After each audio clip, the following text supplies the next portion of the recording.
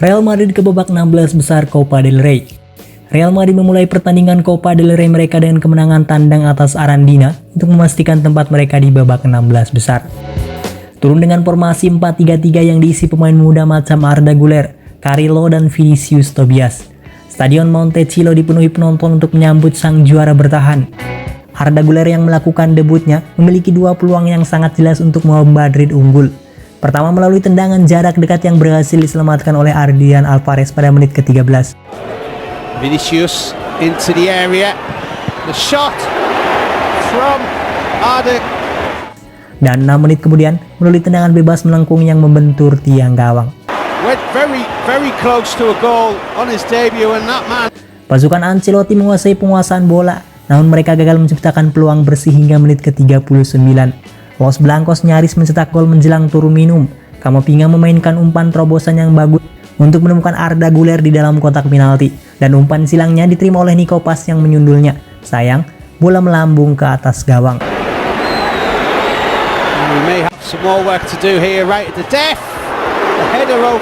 Skor 0-0 bertahan hingga paruh minum. Babak kedua diawali dengan sepakan Brahim yang meleset dari sasaran. Gol pertama Real Madrid akhirnya tercipta pada menit ke-53 setelah penyerang Brahim Diaz dijatuhkan di area terlarang oleh Zazu. Joselu mengonversi tendangan penalti menjadi 0-1 untuk Real Madrid.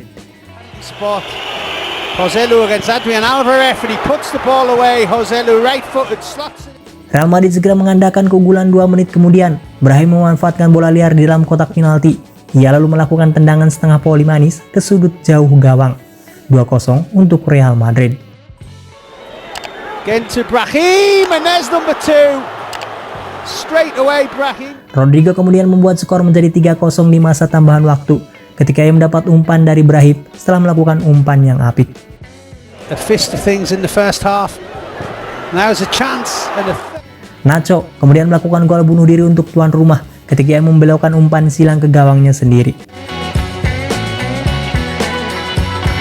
Selanjutnya, Los Blancos akan mengetahui lawan berikutnya di babak 16 besar Copa del Rey pada hari Senin 8 Januari pukul 1 siang waktu setempat. Debut manis Arda Güler. Setelah dihantui cedera yang cukup panjang, pemain asal Turki Arda Güler akhirnya debut bersama tim barunya Real Madrid. Carlo Ancelotti akhirnya menurunkan Arda Güler sejak menit awal dalam lanjutan Copa del Rey. Arda Güler yang diplot sebagai pemain sayap kiri bisa debut setelah mengalami cedera yang cukup panjang selama 2 kali. Cedera itu bahkan didapatkan saat latihan bersama para penggawa Real Madrid lainnya. Penantian Arda Güler selanjutnya tentu ingin tampil lebih sempurna saat di La Liga maupun Liga Champions musim ini.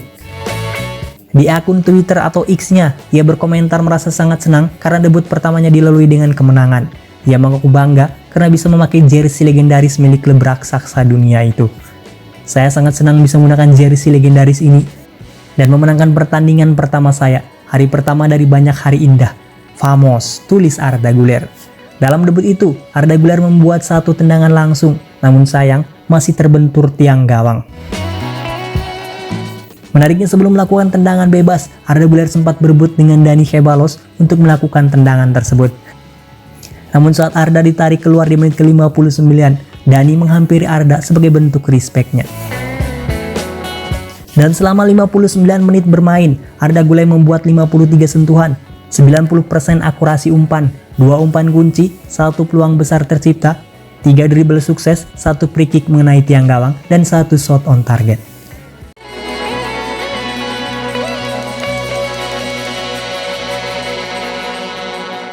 Madrid tawar Joan Lu. Pemain berusia 20 tahun ini berasal dari Akademi Sevilla. membuat 68 penampilan untuk tim kedua mereka sebelum melakukan debut untuk tim utama di Copa del Rey pada Desember 2021. Debut Joan Lu di La Liga juga terjadi pada akhir tahun 2021, namun ia tidak tampil di level senior pada paruh kedua musim 2021-2022 dan menghabiskan musim tersebut dengan status pinjaman. Musim yang mengesankan membuatnya menyumbangkan 2 gol dan 5 assist dalam 30 pertandingan untuk Mirandes. Dan bek tersebut kemudian kembali ke Estadio Ramon musim panas lalu untuk bersaing memperebutkan tempat di tim utama. Bek kanan ini menjadi pemain reguler musim ini, tampil sebanyak 20 kali di semua kompetisi dan menyumbang 3 assist. Menurut Picases, Real Madrid sangat mengagumi pemain Spanyol itu dan telah mengidentifikasinya sebagai calon pengganti Dani Carvajal dalam jangka panjang. Laporan tersebut mengklaim bahwa Los Blancos bersedia membayar 30 juta euro untuk musim panas mendatang, dan Sevilla sepertinya tidak akan mampu menolak tawaran sebesar itu.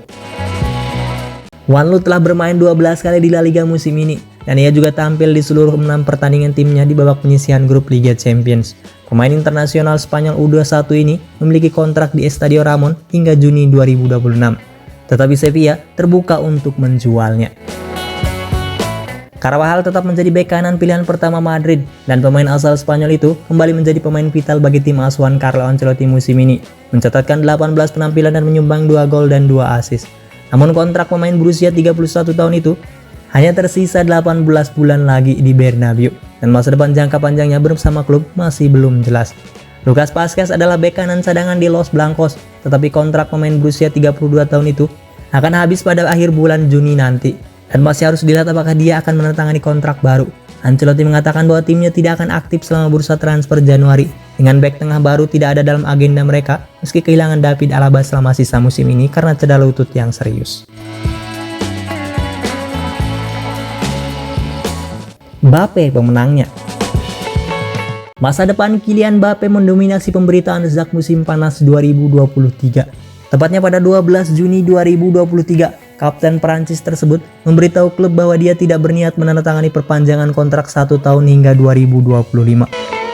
Tetapi, dia berniat bertahan selama 1 musim terakhir hingga 2024. Hal itu membuat PSG dan sang presiden terpojok. Mereka harus bisa meyakinkan Mbappe bertahan dengan berperpanjang atau kehilangan dia secara gratis pada musim panas 2024 yang kemungkinan ke Real Madrid. Setelah spekulasi berminggu-minggu dan berbulan-bulan, PSG memilih untuk tidak menyertakan penyerang tersebut dalam tur pramusim mereka di Jepang yang dimulai pada 21 Juli 2023. Langkah tersebut juga didukung oleh Presiden PSG Nasser El-Khelaifi. Hal itu sebenarnya merupakan sebuah ultimatum supaya sang penyerang mau menandatangani perjanjian baru dengan PSG. Mbappe berdiri teguh dan menolak tawaran yang diajukan PSG kala itu, yang mengakibatkan dia tersingkir dari pertandingan pembuka musim ini, bermain imbang 0-0 di kandang melawan Lorient. Namun setelah pertandingan tersebut, mantan bintang Monaco itu bertemu di belakang layar dengan Al-Khelaifi, dan keduanya akhirnya mencapai kesepakatan yang pada dasarnya merupakan semacam fakta non-agresi. Usai pertemuan, petinggi klub asal Qatar tersebut membocorkan bahwa aset berharga mereka sudah diambang penandatangan perpanjangan kontrak dan kesepakatan prinsipnya sudah tercapai. Kesepakatan memang tercapai, namun Mbappe harus menunda bonus loyalitas yang seharusnya diterimanya dari PSG karena memperpanjang kontraknya pada 2022 lalu. Bonus tersebut tertulis dalam perpanjangan kontrak baru Mbappe selama 2 tahun yang ditandatangani pada Mei 2022 musim panas lalu. Banyak yang mengatakan bahwa pihak PSG bisa menghadapi masalah keuangan yang serius jika mereka tidak mampu menghentikan Mbappe pergi secara gratis, apalagi ketika PSG harus membayar bonus loyalitas. Namun setelah kemenangan Trophée des Champions atau Piala Super Prancis atas Toulouse pada hari Rabu, Mbappe mengkonfirmasi bahwa dia telah setuju untuk tidak menerima bonus loyalitas sebesar 80 juta euro untuk memastikan PSG tidak mengalami kerugian finansial yang besar di musim panas nanti. Meski belum ada tanda-tanda sang penyerang akan berubah pikiran dan memperbarui kontraknya, pergi dengan status bebas transfer tidak akan lagi berdampak buruk bagi klub. Mengenai masa depannya, Mbappe dalam wawancaranya masih ragu dan belum mengambil keputusan apapun. Saya belum mengambil keputusan, tapi kami punya kesepakatan dengan presiden yang berarti semua pihak dilindungi.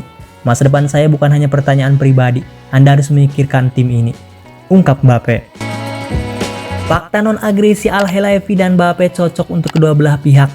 Jika sang pemain pada akhirnya tidak menandatangani kontrak baru dan kehilangan bonus loyalitas, ia malah akan menerima biaya penandatanganan yang besar dari klub yang ia putuskan untuk bergabung. Jika dia berubah pikiran dan memperpanjang masa tinggalnya di Paris, ia akan mendapat bonus besar sebagai bagian dari perpanjangan kontraknya, seperti yang terjadi pada Mei 2022. Demikian berita Real Madrid untuk hari ini. Terima kasih sudah menonton. Hala Madrid.